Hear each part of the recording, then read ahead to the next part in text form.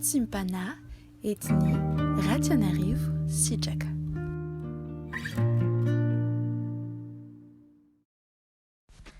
Dans leur détresse, ils crièrent à l'Éternel, et il les délivra de leurs angoisses. Il envoya sa parole et les guérit. Il les fit échapper de la fosse. Qu'ils louent l'Éternel pour sa bonté et pour ses merveilles en faveur des fils de l'homme. Prions. Seigneur Jésus-Christ, ce matin tu nous réveilles pour nous faire connaître encore ton message. Je te prie Seigneur d'ouvrir notre cœur, notre esprit, notre âme, pour que nous soyons réceptifs et réceptives à ton message, et que ton message Seigneur trouve un écho puissant dans notre vie. Que ta gloire Seigneur se manifeste. Nous demandons Seigneur que ton Esprit Saint descende en nous et nous couvre de ses ailes, pour pouvoir enfanter ce matin ton message et pour que chacun d'entre nous puisse vraiment expérimenter ta gloire Seigneur Jésus-Christ, après avoir invoqué ton nom éternel. En ton nom Jésus-Christ de Nazareth, nous prions. Amen. Le message de ce matin, chère famille en Christ, se trouve dans le livre de 1 Chroniques, chapitre 4, verset 10.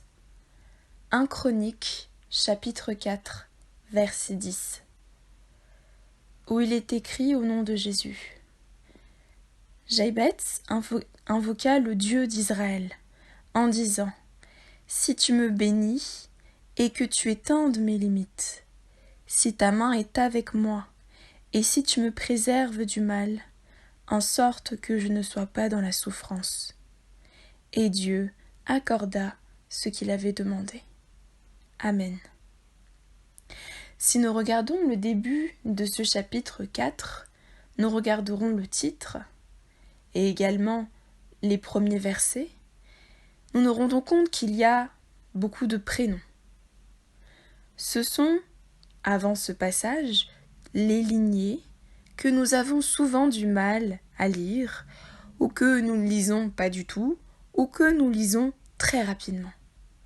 Pourtant, de voir les lignées ou les descendances nous permettent, premièrement, de connaître l'histoire, deuxièmement, de connaître l'action de Dieu. Par exemple, la lignée la plus importante est celle de Jésus-Christ. Troisièmement, de connaître les identités des personnes qui sont citées. Ici, on nous parle de Jaïbetz. Et Jaïbetz signifie en hébreu douleur, souffrance. Et au verset 9, nous voyons qui est Jaïbetz. Il est écrit au nom de Jésus. Jaïbetz était plus considéré que ses frères. Sa mère lui donna le nom de Jaïbetz en disant « C'est parce que je l'ai enfanté avec douleur. » Amen. Jaïbetz était donc quelqu'un qui était considéré comme plus important que ses frères. Probablement parce qu'il était plus intelligent, plus sage, ou certainement parce qu'il était l'aîné. Mais ce qu'il faut retenir davantage sur Jaïbetz, c'est que son nom porte la douleur et la souffrance. Et sa mère lui a donné exactement ce nom de douleur et souffrance parce qu'elle a donné naissance dans la souffrance et la douleur. Et pourtant, Jaïbetz, connaissant ce nom et portant ce nom, a invoqué le Dieu d'Israël. Il est écrit, Jaïbetz invoqua le Dieu d'Israël.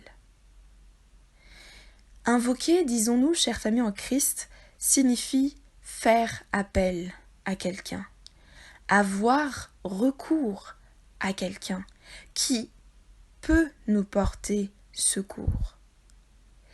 Et donc Jaïbetz fit appel à l'Éternel, a eu recours à l'action de Dieu, a invoqué le Dieu d'Israël. Et voici sa prière qui se tient en une seule phrase. Premièrement, si tu me bénis. Il a appelé et invoqué le nom de Dieu, et appelé à sa bénédiction. Si tu me bénis. Il savait donc que seul Dieu pouvait lui accorder la bénédiction et la faveur. Deuxième chose qu'il a citée, deuxième élément dans sa prière, et que tu étendes mes limites. Jaïbetz ici parle certainement des limites du territoire qui lui a été donné. Car sachons-le, au temps des enfants d'Israël, au temps des tribus d'Israël, des 12 tribus, il y a eu le partage du territoire et chaque tribu avait un territoire qui lui a été donné. Et dans chaque territoire, pour chaque héritage, pour chaque famille, une partie du territoire était donnée. Et Jaïbetz demanda à Dieu d'étendre ses limites, de lui accorder donc plus de place, de lui accorder certainement plus d'enfants, plus de descendants. Et d'un point de vue spirituel, cela signifie aussi que tu fasses déborder ta grâce sur moi. Troisième élément que Jaïbetz a dit dans cette prière, si ta main est avec moi. Il invoque ici la main droite triomphante, la main droite puissante de Dieu, la main droite de Dieu qui accompagne chaque jour ses enfants. Jaïbetz demandait à ce que Dieu soit présent avec lui concrètement. Il invoque ici donc encore une fois la faveur de Dieu. Enfin, ce que Jaïbetz demande pour la fin de sa prière, il dit « Et si tu me préserves du malheur ?» Pour Jaïbetz donc, le bonheur se résumait à la bénédiction de Dieu, à l'extension de ses limites, c'est-à-dire, tout comme David disait, ma coupe déborde, elle est pleine, elle déborde de ta bénédiction, de ta présence. Et si la main de Dieu est avec lui, alors Jaïbetz, qui pourtant s'appelle douleur, souffrance, finalement, est dans le bonheur. Et il conclut en disant, en sorte que je ne sois pas dans la souffrance. Jaïbetz donc, enfanté dans la douleur et qui a certainement connu de la souffrance pour qu'il soit appelé à prononcer cette prière à Dieu, désormais ouvre son cœur au Seigneur pour obtenir le bonheur et la vie. Le même verset nous dit « Et Dieu accorda ce qu'il avait demandé. » Et Dieu accorda ce qu'il avait demandé. Ici, on ne parle même pas de savoir si Jaïbetz était quelqu'un de bon, quelqu'un de mauvais, si Jaïbetz était quelqu'un de bien placé dans la société. Est-ce qu'il méritait que Dieu lui accorde cela? Mais ce qu'on voit ici, c'est que Jaïbetz a soumis son cœur à Dieu et a fait confiance au Seigneur. Alors Dieu a pris plaisir en lui, car la parole dit que sans la foi, il est impossible de lui être agréable. Avec la foi, nous sommes justifiés et nous recevons ce que nous demandons. La bénédiction de Dieu, ici, nous pouvons le voir, nous pouvons le constater, surpasse toute malédiction, tout mauvais augure, tout mauvais présage, parce qu'il s'appelait Jaïbetz, s'appelait souffrance, douleur, de quelque nature que ce soit, et prononcé par qui que ce soit. La bénédiction de Dieu prime sur toute parole négative ou de malédiction. Si nous regardons dans l'ensemble de la parole de Dieu, vous vous rendrez compte que nous citons Jaïbetz qu'une seule fois. Jaïbetz n'apparaît qu'une seule fois dans la parole. En un seul verset, ou deux versets plutôt, finalement, Jaïbetz résume ce qu'est un homme selon le cœur de Dieu, quelqu'un qui invoque le Dieu d'Israël et à qui la prière a été entendue et accordée.